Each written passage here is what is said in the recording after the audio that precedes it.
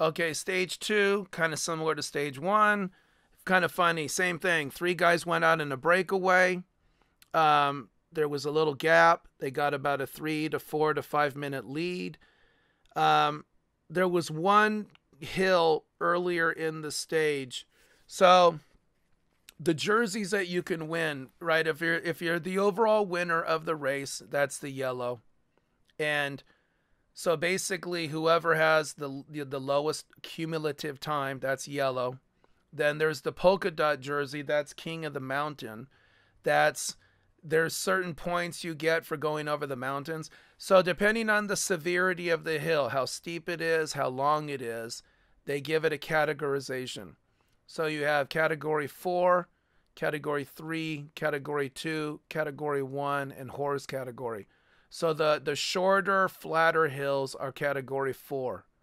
That's something like maybe it's 500, 800 meters long, and you climb like 100, 200 meters.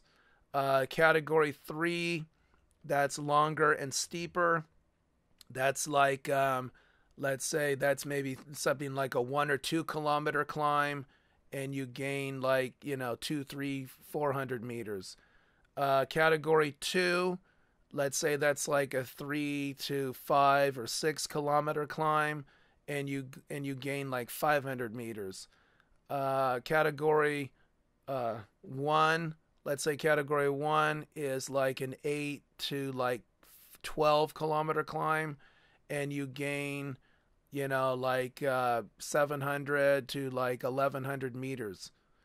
And then a horse category is sort of, that's beyond category. That's maybe a 15, 20 kilometer climb, so maybe 12 miles of climbing, and you gain like 1300 meters in elevation. So you're going from like a valley that's 4,000 feet, and you're going up over a mountain pass that's like 7,000 feet, 7,200 feet, something like that. um so there were the three in the breakaway on stage two, and because there were not very many points to get from the hill, but yet it still counts towards the king of the mountain. So some of these guys who probably have no chance in winning the overall king of the mountain, which is that polka dot jersey, they'll try to get these early points by going over these, category 3, category 4 hills, and then they can get the polka dot jersey. So he did that. So he basically is saying, hey, it's the second day of the tour. I got the polka dot king of the mountain. Let me see how long I can hold this thing. Pretty much by the time they get to the Alps and the Pyrenees, he's probably going to be game over kind of thing. Okay, then the second or the third jersey is the green jersey. That's for sprinting.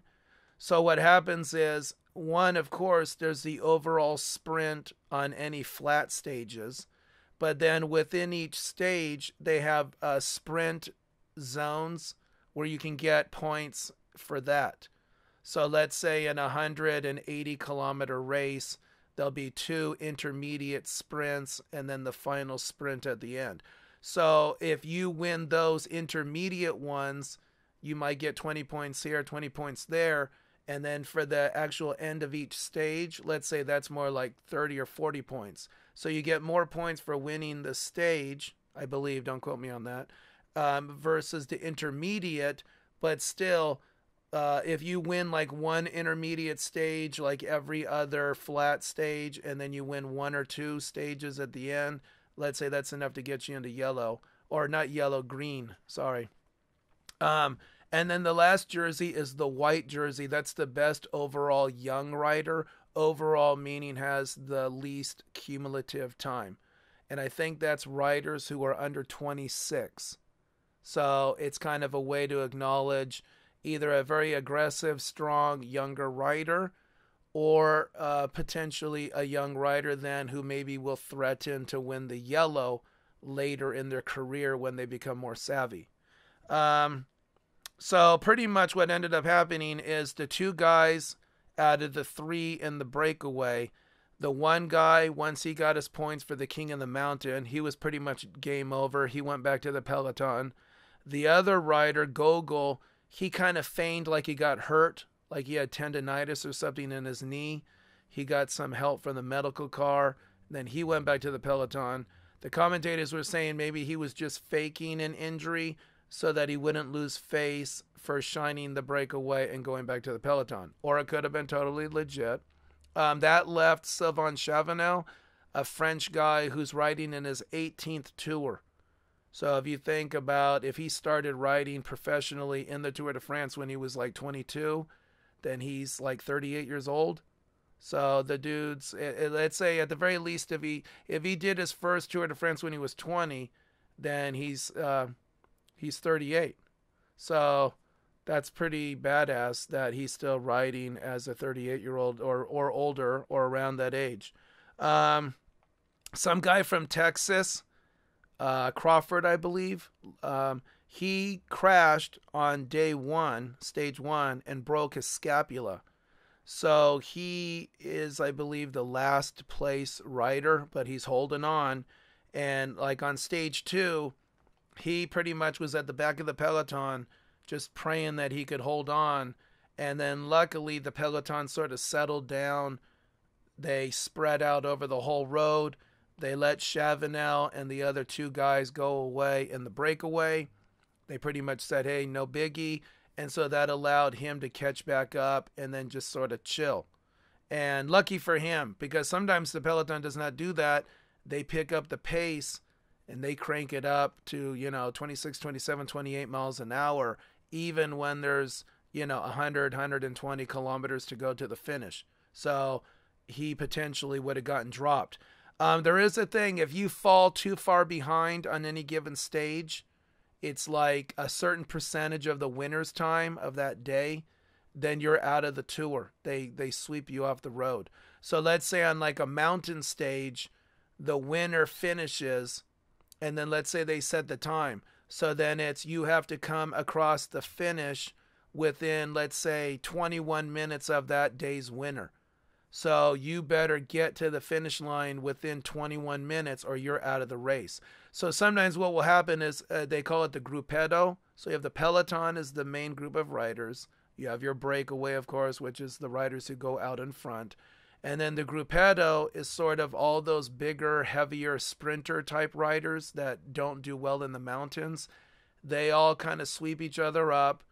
They say, hey, dude, you're on a different team. We're rivals, but today let's just get to the finish line. Or within a team, they say, hey, come on, buddy, let's just do this. Let's put our bikes in a gear and let's just get to the finish. And then I'm sure they, of course, they have the team directors on the radio saying, hey, guys, you got to pick up the pace to make sure you come over the finish with, at least a minute or two to spare, or you're going to get, kicked out of the race. Let's see. The only other kind of things, a little bit more bad luck for Adam Yates in stage 2. He had kind of a mechanical. He ended up in a crash, not really hurt, but he had to do a bike change. But he was lucky because they were about 30 kilometers from the finish. So even though he lost about 50 seconds or so, no panic. He got back with a couple teammates who helped pace him back, and they used the various team cars that follow the peloton. They kind of get in their slipstream for a little bit, and then before they get into trouble, they jump out, and they kind of like bunny hop their way. So it only took like 5 or 10 minutes, and Adam Yates got back to the peloton. Sylvain Chavanel, he got caught, but the dude rode solo for like 100 kilometers out in front of everybody. He got caught by the last sprint. The last sprint bonus, which was like about, I think it was around 15 or so kilometers from the finish. Sylvain Chavanel got caught. The only other kind of thing that happened, let's see here, Romain Bardet, a French guy. So the French have not had a rider win the Tour in a long time. So they're always hoping that they're going to get somebody who's going to win yellow or at least stay in yellow for, 10 days or so. One of his teammates crashed and was limping. So you just never know. That could be a factor because he's going to need all the help he can get to either pace him or, help him in the mountains. A guy, Luis Sanchez, he crashed. He's out. He broke his ribs and he broke part of his ulna. Oh, and the thing with like Sylvain Chavanel, some of these guys when they go into the breakaway, one, it's just to kind of say, hey, look at me. It gets airtime, right? It gets their team sponsor. It gets them some marketing and some promotion because why the media are taking pictures, there you are. Why the cameras are following the breakaway, there you are. So it's a way to get some FaceTime, increase your Q rating or whatever. You can also become applauded for being an aggressive rider, where people will just say, hey, you went balls out 3 straight days, bravo to you kind of thing. And then just a heads up, this year there's only 8 riders per team. So in past years, they've had 9 riders per team. Now they have 8. So it's the idea then is maybe it makes it a little bit more dynamic. And it also is for safety, less riders on the road. So maybe it will, open up the tarmac, the asphalt, so there's less crashes.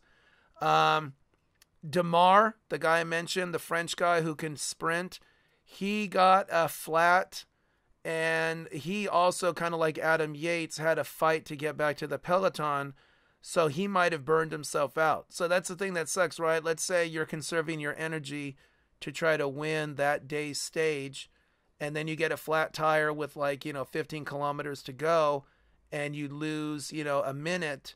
Well, you got to go balls out to get back up to the peloton. And then maybe that's it. So now you don't have the legs to be in the right position to win. He ended up getting third though, so he had strong enough legs. He finished third. Marcel Kittel, he got a flat, which he was out. Unlike Demar, it happened at a point where he couldn't get a new bike or get the tire changed. So Kittel was out of the sprint finish. There was not a big crash, but there was a crash going around a right-hand turn in the last 3 kilometers of stage 2. That took out the yellow jersey. He went down in the crash. He jumped up and got back on his bike, but it's too late. At that kind of speed, you're not catching back up. Sagan won stage 2. And with the bonus time he got from winning the sprints, those intermediate sprints, or coming in, second, third in those intermediate sprints, plus any time bonuses from winning the stage, that put him into yellow. And then basically sometimes coming into the last 15, 20 kilometers, the sprint team starts setting up. They come up to the front of the peloton and they each claim one section of the road. So you'll have team A, they're on the left side of the road. Then you shift over 3 feet and there's team B. Then you shift over 2 or 3 feet, there's team C. And they're all trying to claim a section of the road and then draft for their sprinter to be in the right position, so that as they narrow down and guys peel off and slow down, the next guy moves up and they jockey for position. So in stage 2, the GC teams were the ones on the front of the peloton kind of setting the pace. And that's kind of unusual, but not considering if you take into account the crash from stage 1, which took out Port, Adam Yates, and Froome, and they lost time. And Froome, not so much. Froome went off the side of the road, but Port and Yates lost time because of the crash.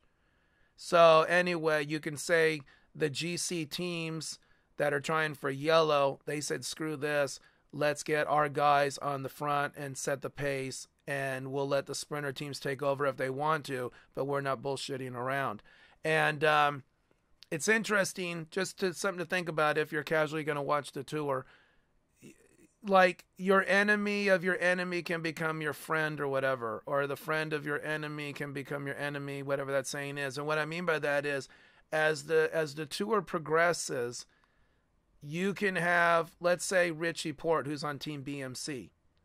They won't necessarily have to work to control the peloton, because another rider who, let's say, is like 10 seconds behind Port, their team will say, hey, nobody's setting the pace.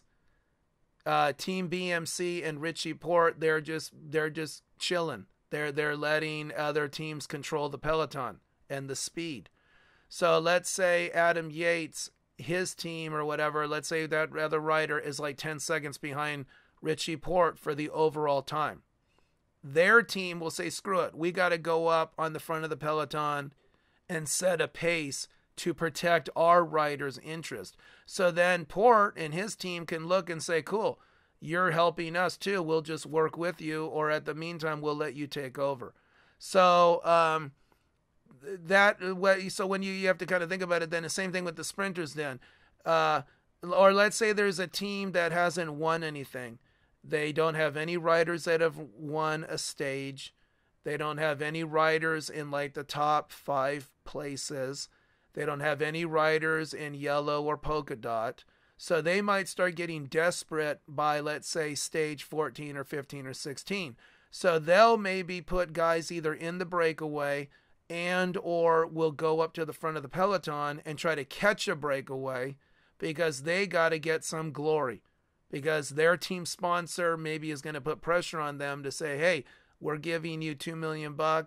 Get out there and get us some marketing, get us some exposure, get our frickin' rider on the front page of a website or a newspaper by winning a stage, so that all the people who look at that website or look at Twitter or look at that newspaper will say, oh, cool. Oh, hey, by the way, Exxon or, whatever, Lotto Sodal or whatever, BMC. And then it puts the thought into your mind.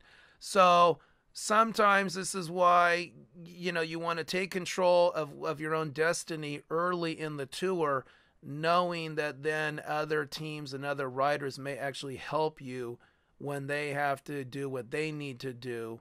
And then you can just kind of sit back and follow their lead, or let them do their part, which takes the pressure off of you. Anyway, so just kind of keep in mind, it was interesting that in stage 2 already, the GC team sort of took control of the peloton.